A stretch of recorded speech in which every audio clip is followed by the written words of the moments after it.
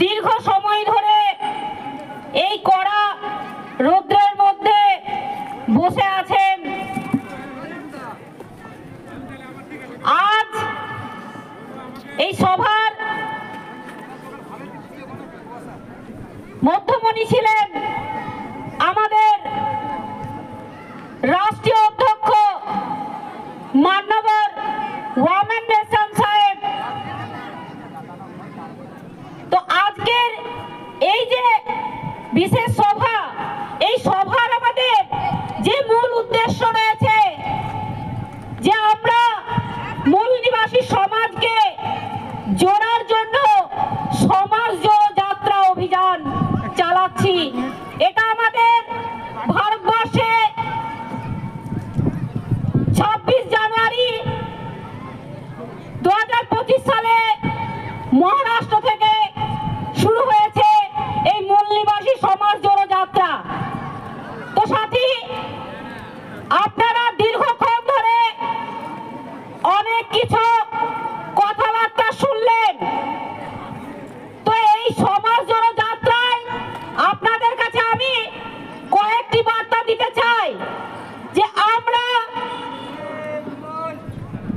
যে ছন্নছাড়া অর্থাৎ আমাদেরকে এই মৌলবাদীরা যে ৬৭৪৩ জাতিকে বিভক্ত করে রেখেছে, যতক্ষণ না পর্যন্ত আমরা আমাদের সমাজকে এক ছাতায় না নিয়ে আসতে পারবো ততক্ষণ পর্যন্ত আমাদের আন্দোলন জারি থাকবে। আমাদের আজ অধিকার যে বাবা সাহেব আম্বেদকরের দৌলতে আমরা পেয়েছিলাম, সেই অধিকার আমাদের শেষ হতে চলেছে। যে ভোটের কথা বলা হচ্ছে, এই মূল্যবান ভোটের অধিকার ডক্টর বাবা সাহেব আম্বেদকর দিয়েছিলেন, আর অন্য কেউ দেয়নি। তো সেই ভোট এই ইভিএম এর মাধ্যমে মূল্যহীন করে দিয়েছে। আজ আমাদের সমাজের মানুষ দিশাহারা, ছন্নছাড়া। কেন কেন এই বিষয়ে কি আপনারা ভাবছেন? যতক্ষণ না ভাববেন ততক্ষণ কিন্তু এই মৌলবাদী সমাজ আমাদেরকে তাড়িয়ে নিয়ে বেড়াবে।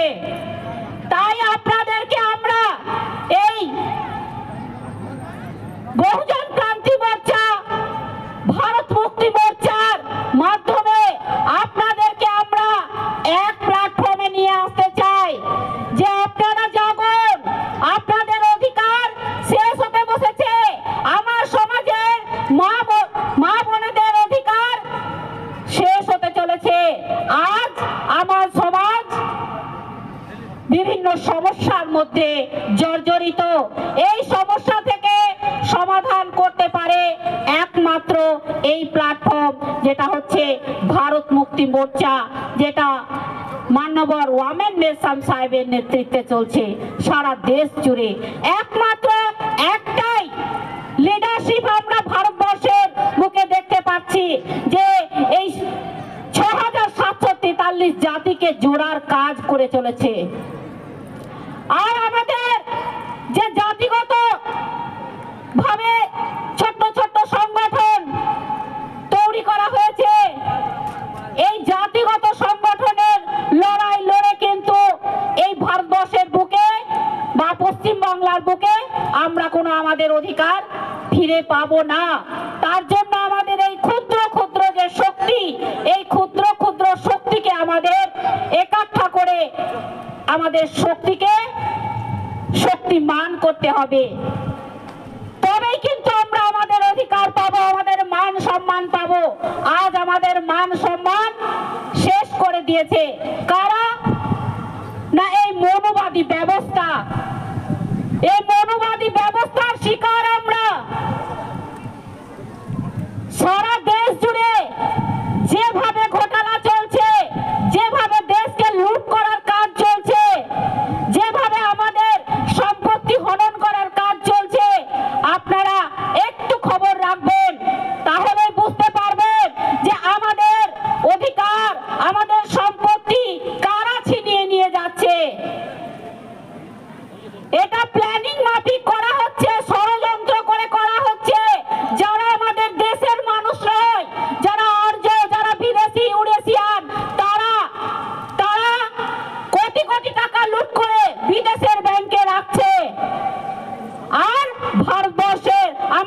মানুষ দুমুঠো ভাতের জন্য 2 টাকা কিলো চালের রেশনের লাইনে দাঁড়ায়।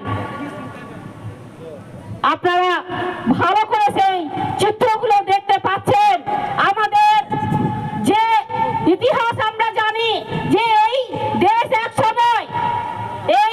এক সময় সুজলা সুফলায় ভর্তি ছিল। সেই দেশ আজ আমাদের হাহাকার করছে। আজ আমার সমাজের কৃষকরা কৃষি উৎপাদন করছে কিন্তু ন্যায্য মূল্য তারা পাচ্ছে না। কেন? সবটাই ষড়যন্ত্র। তো আপনাদের কাছে আমি এটুকুই বার্তা দিতে চাই যে আপনারা এক হয়ে আওয়াজ তুলুন, অধিকারের আওয়াজ। যতক্ষণ না জোট বাঁধবেন ততক্ষণ অধিকারের আওয়াজ তোলা যাবে না। আর আমরা যদি জাতিগত সংগঠন নিয়ে, জাতিগত সেন্টিমেন্ট নিয়ে ছোট্ট ছোট্ট আন্দোলন করি, আমাদের এই অধিকার আমরা ফিরে পাবো না। তাই মেহসান সাহেবের আহ্বানে, মেহসান সাহেবের নেতৃত্বে যে সংগঠন সারা ভারতবর্ষ জুড়ে সংগ্রাম চালাচ্ছে, এই প্ল্যাটফর্মে, এই মঞ্চে, এই ছাতার নিচে আপনারা আসুন। এখানেই আমাদের মুক্তির পথ। আপনারা শুনলেন মেহসান সাহেব যে বার্তা দিয়ে গেলেন এবং আমার যে বিভিন্ন পূর্ববর্তী বক্তারা যে কথাগুলি বললেন যে আমরা যে আন্দোলন করতে চলেছি সেই আন্দোলন এক দৃষ্টান্তমূলক আন্দোলন। সেটা নাগপুরে আমরা আরএসএস এর যে হেডকোয়ার্টার, সেই হেডকোয়ার্টার দখল করার সময় প্রশাসনকে হিলিয়ে দিয়েছিলাম। তো আবার 2024 সালে 31 জানুয়ারি দিল্লির যন্তর মন্তরেও আমরা আবারও প্রশাসনকে হিলিয়ে দিয়েছিলাম। আবারও 2025 সালে যে নির্ণয় নেওয়া হয়েছে, আন্দোলনের যে বার্তা দেওয়া হয়েছে, আন্দোলনের যে ডাক দেওয়া হয়েছে, এই আন্দোলনকে সফল করার জন্য যে জেল ভরো আন্দোলন, এই জেল ভরো আন্দোলন আমরা করতে চাই। আপনাদের সাথ সহযোগিতার দরকার। আমরা যদি এক হয়ে যাই তাহলে ভারতবর্ষে এমন কোন জেল নেই যে আমাদের সমাজের মানুষকে সেখানে আটকে রাখবে। আপনারা দেখছেন যে আমাদের সভ্য ব্যবস্থাটাকে অসভ্য করার জন্য যে কুম্ভ মেলা চলছে এলাহাবাদে, এই যে ষড়যন্ত্র, এই আমাদের যে সভ্য সমাজটাকে মৌলবাদীরা কিভাবে অসভ্য বানিয়েছে আপনারা সেটা দেখতে পাচ্ছেন। উলঙ্গ ভাবে বাবারা আমাদের সামনে আসছেন আর আমারই সমাজের মা বোনেরা তাদের কাছে নতমস্তক হচ্ছেন। এটাই কি সভ্য সমাজ? এটাই কি ভদ্র সমাজ? না সাথে ওই ভিড়টা আমি বলবো ওই কুম্ভ মেলার দিকে না গিয়ে যদি পার্লামেন্টের দিকে যাই তো আমাদের অধিকার পেতে বেশিক্ষণ লাগবে না। তাই আমি আমার সমাজের কাছে এই বার্তা দিতে চাই যে ষড়যন্ত্রকারীদের কথায় আপনারা বিব্রত হবেন না, ষড়যন্ত্রকারীদের কথায় আপনারা পরিচালিত হবেন না। আপনাদের নিজেদের যে বিবেক বুদ্ধের কথাকে আপনারা স্মরণ করুন। আত্মদীপ ভব, নিজের ভেতর যে জ্ঞানের প্রদীপ আছে সেই নিজের জ্ঞানের প্রদীপটাকে জ্বালিয়ে আপনারা নিজেরা সুবিচার করুন যে কোন রাস্তায় আমাদের চলা দরকার। তাহলে আমরা আমাদের মুক্তির পথ পেয়ে যাব। তাই আমি আমার সমাজের কাছে এই বার্তা দিতে চাই যে কুম্ভ মেলায় ভিড় না করে ওই ভিড়টা পার্লামেন্টের দিকে নিয়ে চলুন। আমাদের অধিকার পেতে বেশিক্ষণ সময় লাগবে না। এই বার্তা দিয়ে আমি আমার সংক্ষিপ্ত কথা এখানে শেষ করলাম, কারণ আপনারা দীর্ঘ সময় এই কড়া রৌদ্রের মধ্যে বসে আছেন। তো আমি আমার এই সংক্ষিপ্ত বার্তা দিয়ে আপনাদের কাছে আমি আমার কথা শেষ করলাম। আপনারা আশা করি মন দিয়ে এই কর্মসূচিতে নেওয়া হয়েছে এগুলোতে আপনারা আমাদেরকে সাথ সহযোগিতা করবেন এবং মান সম্মানের লড়াইয়ের দিকে এগিয়ে চলবেন। এই বলে আমি আমার কথা শেষ করলাম। সকলকে আবারও ক্রান্তিকারী অভিনন্দন জানাই। জয় বলে নিবাসী, জয় সংবিধান।